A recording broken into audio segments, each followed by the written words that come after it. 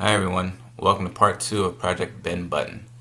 In this video, I'll be talking about the engine that I chose, but also other options. But before we get into that, I want to talk about reference material that you're going to need. You need to have torque specs and you need to have wiring diagrams. And if you've never taken apart the particular car that you're working on, you're definitely going to need a reference just for the assembly and disassembly of the components. So the first source is the most obvious one, is the internet. There's tons of material you can find online. If you Google whatever car you're working on, a million things will pop up. The problem with that is it's not vetted, and so wherever you look may not be accurate. So your second option are aftermarket manuals, service manuals. This is a pretty good reference, pretty reliable. I did find some discrepancies, but at the end of the day, that's definitely a good, affordable option. For me, I have the Haynes manual for the newer turbo cars, and I have a Chill manual for the older cars. So definitely have these references on hand, because at the very least, you're going to need them for the torque specs and wiring diagrams. Now, your best option is having an OEM service manual. Now, those are a little bit harder to get your hands on. You may find some copies on the internet, but OEMs sometimes update those manuals. So if you have a friend that works for the manufacturer, that'll be ideal. Other than that, you can probably just get the aftermarket ones like Haynes or Tuning, and you should be good to go. Moving on, let's talk about engine selection. The good thing about Subarus from '93 to '07, many of their Impreza parts are mix and match, but you still have to do your homework, because once you choose a route, such as like a ECU or a wiring harness, your options will shrink as you go along in your build. So for example, like if you have an '04 WRX ECU/harness, you don't want to get AVCS components, because the ECU and the wiring harness may not have all the connectors and the ability to operate AVCS. So that's just, a little heads up. If you want more information about swaps, I'm going to point you towards Flatirons Tuning. In my opinion, they have the most comprehensive videos when it comes to swaps and choices, and they tell you the differences, and whatever route you choose, their videos are really good. So check them out. So my plan for the project was to use what I had, which is the USDM EJ205 that came in my GG. The plan was to take everything apart, take it to the machine shop, have them work their magic, and then rebuild it with a fully forged rotating assembly. But once I took it out, I found a couple of things. I found some oil, some carbon, a bit of a head gasket leak, but it kind of healed itself somehow. But honestly, most of the things weren't too bad, considering the car had 230,000 miles on it. The one big issue was that I found that the heads near the spark plug hole had a crack. Well, had cracks on all those cylinders.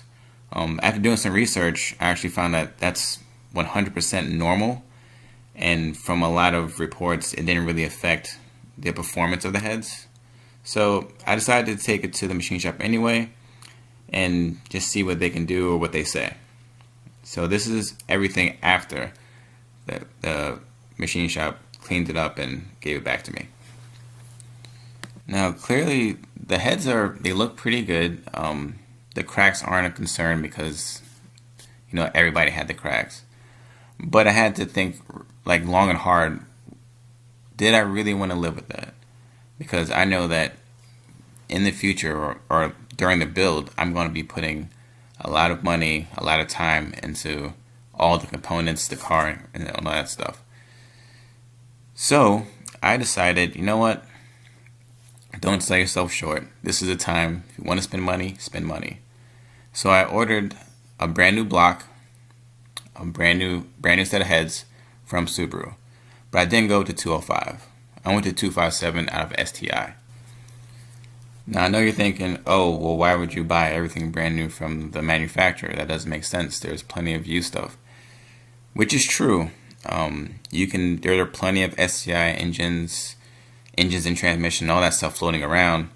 But for me, I said, you know what? I looked at the price, and then thought about if I was to get a used engine assembly, I would end up taking it apart anyway and replacing all the components inside of it and then rebuilding it, and now I have to pay the machine shop to do all that work again. So in my opinion, it was best just to start with brand new components, so therefore I don't have to worry about when I get the parts in, are they in good shape, how many miles were they actually driven. Nope, everything's brand new. When it came to building the 257 from the bottom up, I used a combination of the repair manual and videos. The manuals are definitely sufficient to get the job done, but if you're more of a visual learner, you should definitely check out Carey Holzman's videos. I'll put a link in the description. Building the 257 is a matter of following instructions. Not to say that it's easy, I'm saying that you have to respect the process. Acquiring and using the correct tools is a must. This includes feeler gauges, a dial of digital calipers, engine assembly lube, a torque wrench, ball hone, piston ring pliers, piston ring compressor, and I'm sure there's a couple other things, but you get the gist. After saying all that, I have to tell you, I probably spent about a little over $1,000 in consumables, random bolts, tools, and connectors, and a bunch of little things throughout the entire project, not just the engine. So just be prepared to come out of pocket for little things here and there along the way. I may make a video about budgeting and organizing your project. It's not the most fun thing to do, but it definitely helps your project go smoother, and it'll make you more accountable for the project. So therefore, you can actually finish your project. Now back to the engine. So as you can see, I don't have a clean room to build my engine, but I did take precaution. I made sure I had compressed air around, some dust-free rags, and whenever I wasn't working on it, I kept it covered. So in terms of building the engine, I did have to transfer some things over, like the engine oil cooler, the oil pan bolts. The WRX oil pan would not work on my 257 because I got equal length headers, so I had to get a brand new oil pan. So I transferred those bolts over and a couple other things. So just be aware that you don't want to sell your engine until you're completely finished with it. Now, since I was putting the engine together and I had brand new heads, I decided to try something that I'd never done before, which is a pour and polish.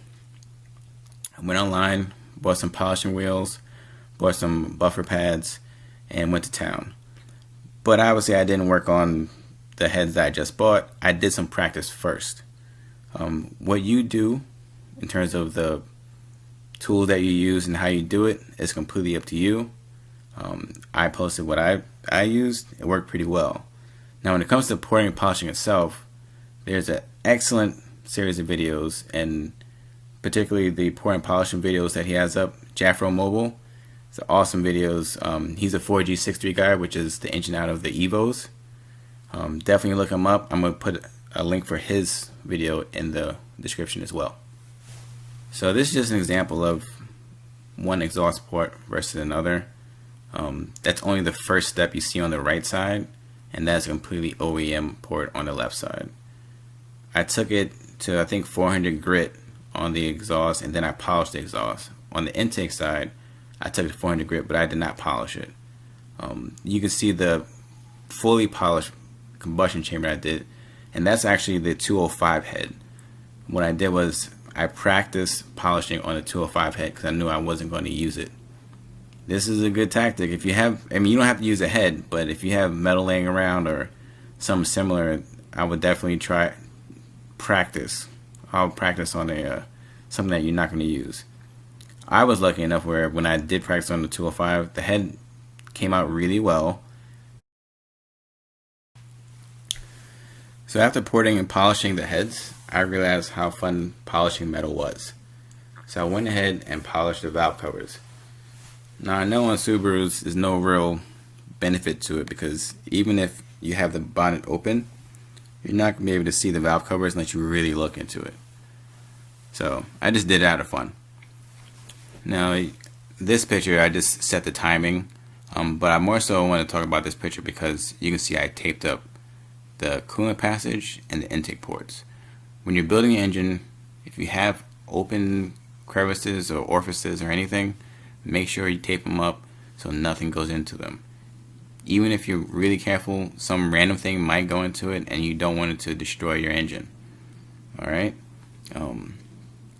So after that, since I had it apart, I decided to clean up and paint my intake manifold.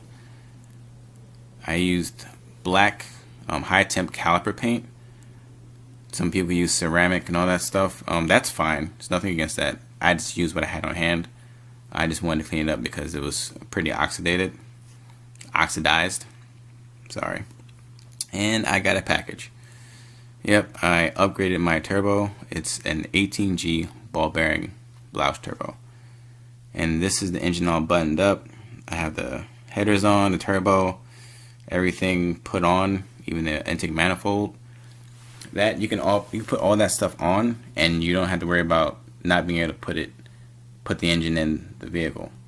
That's the nice thing about it. You don't have to, once it's in, it's pretty much assembled. Looking at the detail of this picture, you can see that all the stuff is taped up on the backside, but also I have fuel hose just kind of laying out, and that's because I have everything that's custom, but I don't know the lengths that I need to cut to make everything fit. So I suggest putting all the fuel components and everything on the engine, like the fuel rails and the regulator, while the engine's out, and then having those hoses pretty long, so when you put the engine in, you can adjust your hose length other than trying to reach around and trying to route it while the engine is already attached to the trans and in a really tight engine bay. My preferred method of putting the engine in is have the trans already set in, and then I'll lower the engine in and align everything. So as you can see, I have the clutch, flywheel, and all that stuff already bolted to the engine and torqued. So all I have to do is lower the engine into the engine bay and slide it onto the input shaft of the transmission. So that's all I have for this video. If you have any questions or you want more details on the things that I've done pertaining to the engine or anything else in the build, feel free to leave in the comment section. And thanks for watching.